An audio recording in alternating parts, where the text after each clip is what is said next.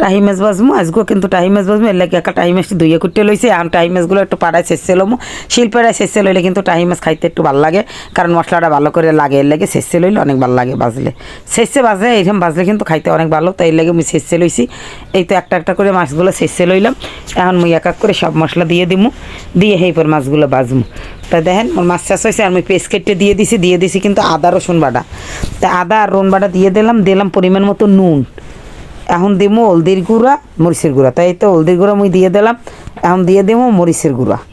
তা মরিচের গুঁড়ো দেওয়া হয়েছে এখন মুই ভালো করে সুন্দর করে মাইকে লমু মাইকে সেই পরে মাছটা বাজমু এককালে যেন মশলাগুলো ভালো করে গায়ে গায়ে লাগে মুই ডলে ডলে মাইকে লইছি এখন মুই তাওয়ায় দিয়ে দিলাম তেল